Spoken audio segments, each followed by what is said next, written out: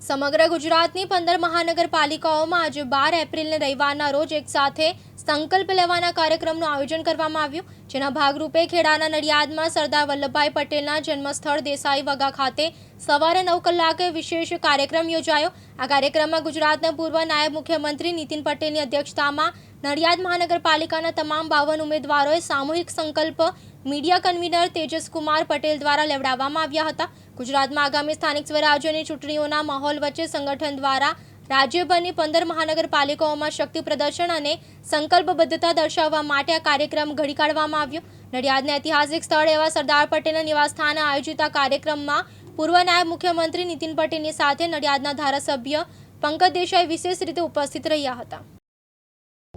ગુજરાત રાજ્યની અંદર જે મહાનગરપાલિકાઓમાં ચૂંટણી યોજાવાની છે એ તમામ નગરપાલિકાઓમાં ભારતીય જનતા પક્ષે ઉમેદવારો નક્કી કરી દીધા છે। એમના મેન્ડેટ પણ આપી દેવામાં આવ્યા છે અને આ બધા જ ઉમેદવારોને ભારતીય જનતા પક્ષ ઘણા વખતથી દરેક ચૂંટણીઓ વખતે શપથ લેવડાવે છે, જેમાં પ્રજાની સેવા કરવી, પક્ષના સિદ્ધાંતો અનુસાર કામ કરવું, હળી મળીને કામ કરવું, સામાજિક સમરસતા થાય એ પ્રમાણે કામ કરવું, દેશભક્તિ અને સનાતન સેવા થાય એ પ્રમાણે કામ કરવું અને ભારત સરકાર અને ગુજરાત સરકારની જે પણ ગ્રાન્ટો આવે એ શહેરના વિકાસમાં ખૂબ સારી રીતે વાપરવી અને પક્ષના પંચનિષ્ઠાના જે સિદ્ધાંતો છે એ સિદ્ધાંતો પ્રમાણે બધાએ કાર્યરત રહેવું અને વડાપ્રધાન નરેન્દ્રભાઈ મોદીજીનું જે વિશ્વવિખ્યાત સૂત્ર છે, સૌનો સાથ, સૌનો વિકાસ, સૌનો વિશ્વાસ અને સૌનો પ્રયાસ, એ પ્રમાણે કાર્યરત રહેવું, એવા શપથ બધા જ નગરપાલિકાઓની અંદર બધા જ ઉમેદવારોને લેવડાવવાનો આજે કાર્યક્રમ છે, જેમાં માનનીય મુખ્યમંત્રી શ્રી, માનનીય પ્રદેશ અધ્યક્ષ શ્રી, માનનીય નાયબ મુખ્યમંત્રી શ્રી એમ વિવિધ હોદ્દેદારો જોડાયા છે। મને નડિયાદ શહેરની મહાનગરપાલિકામાં આ કાર્યક્રમ માટે મોકલવામાં આવ્યો છે પક્ષ દ્વારા। ત્યારે અત્યારે સરદાર વલ્લભભાઈ પટેલનું જે જન્મસ્થળ છે એ જન્મસ્થળ નડિયાદના દેસાઈ વગાની અંદર એમના ઘરની પાસે જ, એટલે કે એમના જન્મસ્થળની પાસે જ આ કાર્યક્રમ નડિયાદ શહેરના ધારાસભ્ય શ્રી પંકજભાઈ દેસાઈ અને સંગઠનના સૌ હોદ્દેદારો દ્વારા યોજવામાં આવ્યો છે। એમાં મોટા પ્રમાણમાં બધા કાર્યકરો ઉપસ્થિત છે, 52 ઉમેદવારો ઉપસ્થિત છે અને આ ઉમેદવારોને અમારા પક્ષે જે નિશ્ચિત કર્યું છે એ પ્રમાણેનું શપથ લેવડાવવામાં આવ્યા છે।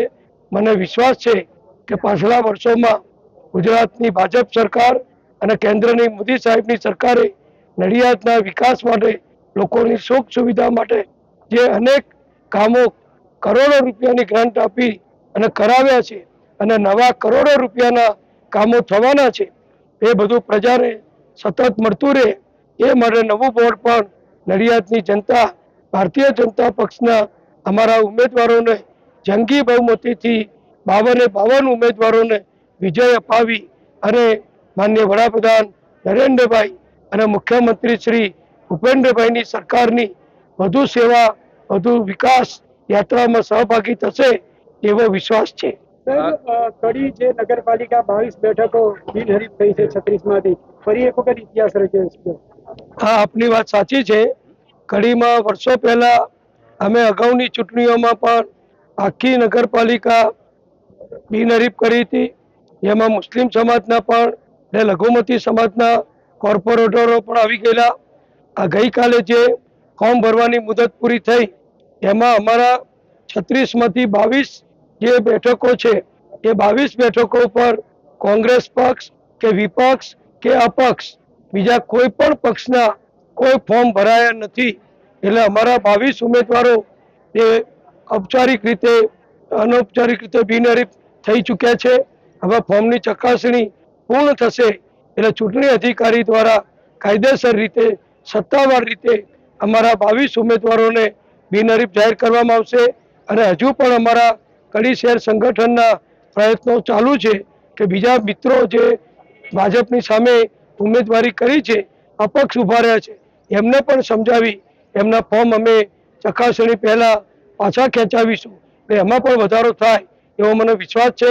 અને જે રીતે આખા ગુજરાતનો વિકાસ ભાજપની સરકારો દ્વારા કરવામાં આવ્યો છે એવો જ વિકાસ કડીનો પણ વર્ષોથી થયો છે.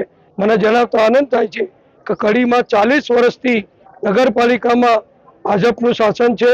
મોટા પ્રમાણમાં બધી જ બેઠકો ભાજપનો વિજય થાય છે. એટલે આ વખતે પણ ભાજપનો વિજય કડીમાં થઈ ગયો છે, બહુમતી પ્રાપ્ત થઈ ચૂકી છે. ત્યારે હું નડિયાદમાં છું, સરદાર વલ્લભભાઈ પટેલના જન્મસ્થળ પાસે છું.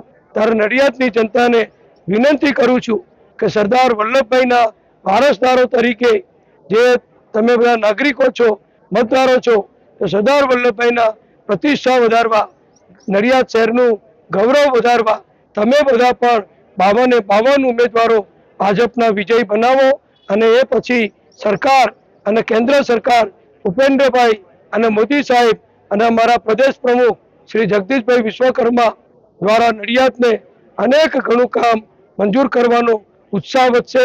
અને મને વિશ્વાસ છે કે નડિયાદની જનતા દર વખતે જે વિજય અપાવે છે એનાથી પણ વધુ ભવ્ય વિજય આ વખતે અપાવશે. સાહેબ, જે અમરેલીના પૂર્વ પ્રમુખ છે તેમને સોશિયલ મીડિયા પર એક પોસ્ટ મૂકી છે અને એમાં કહ્યું છે કે ભારતીય જનતા પાર્ટીએ 60 વર્ષથી ઉપરના વયના લોકોને ટિકિટ નહીં આપી અને એમનું અપમાન કર્યું. જો પક્ષની અંદર નવ યુવાનો આવે, ભાઈઓ બહેનો આવે, દરેક જ્ઞાતિ જાતિ સમાજના યુવાનો આવે, એ માટે સ્વાભાવિક દર વખતે પક્ષ પ્રયત્ન કરતો હોય છે. વડીલો હોય, મુક્ત વયથી ઉંમરના મતદારો હોય, યુવાનો હોય, શિક્ષિત હોય અને અગાઉના જૂના અનુભવી લોકો પણ હોય, એ પ્રમાણેનું આયોજન કરી અને 60 વર્ષથી વધુ નહીં પણ 59 વર્ષ કે એનાથી નીચેની ઉંમરના જે અનુભવી છે, ભૂતકાળમાં ધારાસભ્ય રહી ચૂક્યા હોય, બીજા હોદ્દા ઉપર રહી ચૂક્યા હોય, નગરપાલિકા મહાનગરપાલિકામાં હોદ્દેદાર રહી ચૂક્યા હોય, એવા અનુભવી કાર્યકરોને પણ સ્થાન આપ્યું છે. અને નવા યુવાનો જે ખૂબ શિક્ષિત બની ચૂક્યા છે, નવા સમય સાથે સંકળાયેલા છે, એવા યુવાનોને પણ પક્ષે તક આપી છે. એટલે ખૂબ સારું આયોજન કરી અમારા પક્ષે બધાને તક આપી છે. સાહેબ, એક બીજો પ્રશ્ન એમને એવો પણ પૂછ્યો છે અને એવું પણ સોશિયલ મીડિયામાં કે આજકાલની રાજનીતિમાં આવેલા લોકલ બોડીમાં લોકો જે નેતાઓ છે તે 10% ટકાવારી પણ લેતા નથી. જો આવી કોઈ વ્યક્તિના આક્ષેપનો જવાબ નહીં આપું, જે વ્યક્તિ જ્યાં રહેતા હોય તેને પ્રદેશ અધ્યક્ષશ્રીને અથવા મુખ્યમંત્રીશ્રીને રૂબરૂ મળી અને વાત રજૂ કરવી જોઈએ, પુરાવા સહિત રજૂ કરવી જોઈએ.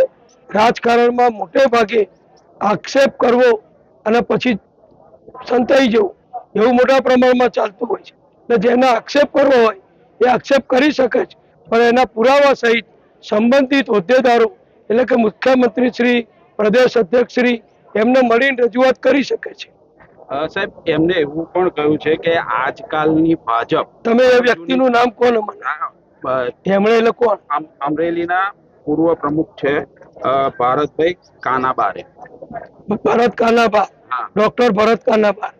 ભરત કાનાબાર પણ પોતે અમારા વડીલ છે, મિત્ર છે મારા. તો વર્ષો સુધી અમરેલી જિલ્લાના ભાજપના સિનિયર નેતા રહી ચૂક્યા છે, તેના જિલ્લા પ્રમુખ પણ રહી ચૂક્યા છે અને વર્ષો સુધી શાસન અને સંગઠન બંને સાથે સંકળાયેલા છે. એ અનુભવી છે. એમને કોઈ રજૂઆત કરવી હોય, કોઈ સૂચન કરવું હોય કે કોઈ ફરિયાદ કરવી હોય તો મેં કહ્યું પ્રમાણે માન્ય મુખ્યમંત્રીશ્રીને કે માન્ય પ્રદેશ અધ્યક્ષશ્રીને એ મળીને રજૂઆત કરે તો કોઈનું પણ ખોટું હશે એ ચલાવી લેવાનું ભારતીય જનતા પક્ષ સહેજ પણ માનતો નથી. અને આ નવી જે અમે ઉમેદવારોની યાદી જાહેર કરી એમાં જૂના કેટલાક લોકો એવા હતા કે જેમના ઉપર વિવિધ પ્રકારના આક્ષેપ હતા, એ બધા લોકોને પણ નો રિપીટ હવે કર્યા નથી અને એમની પણ ટિકિટો કાપવામાં આવી છે. એટલે જ્યારે સમય આવે ત્યારે બધો કરવામાં આવતું હોય છે. તૃષાલ પંડ્યા, દિવ્યાંગ ન્યૂઝ, નડિયાદ ખેડા.